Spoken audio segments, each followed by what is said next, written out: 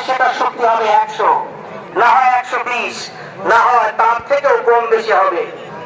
আচ্ছা বলেন তো দেখি, এই 5টা আঙ্গুলের মধ্যে যেখানে যোগফল ছিল 15, সবাই একসাথে থাকার ফলে শক্তি বাড়ছে না কমছে?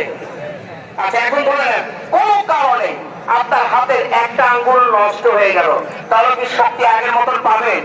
কিন্তু সবচেয়ে কনিষ্ঠ যেটা কিন্তু কম কাজে লাগে, এটারও যদি আপনি না ব্যবহার করেন, তাহলে কি শক্তি আগের মতন পাবেন? এই যে যা বললাম, এটাই হচ্ছে ওয়াতাসিমু বিহাবলিল্লাহি জামিআ।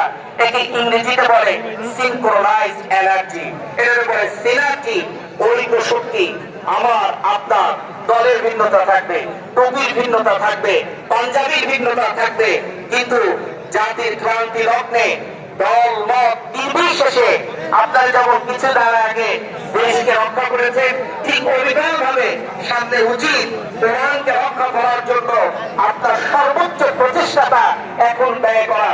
বিশ্বাস করেন, বাংলাদেশের স্বাধীনতার পর থেকে আজ অদ্যাবধি সময় পর্যন্ত কোরআনের যে উপযুক্ততা তৈরি হয়েছে, এটা আর ভবিষ্যতে পাওয়া যাবে কিনা এটা গবেষকরা বলছে এটা বলা যাচ্ছে না। তবে স্বাধীনতার পর থেকে বর্তমান সময় কোরআনের যে উপযুক্ততা তৈরি হয়েছে, এটাকে সঠিক মূল্যায়ন করতে হবে।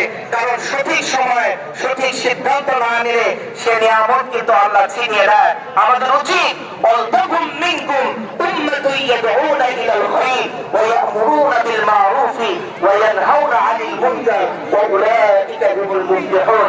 আল্লাহ তাআলা বলেন, তোমাদের উচিত এমন একটি দলের সঙ্গে থাকা যে দল আল্লাহ থেকে আহ্বান করে, সৎ কাজের আহ্বান করে,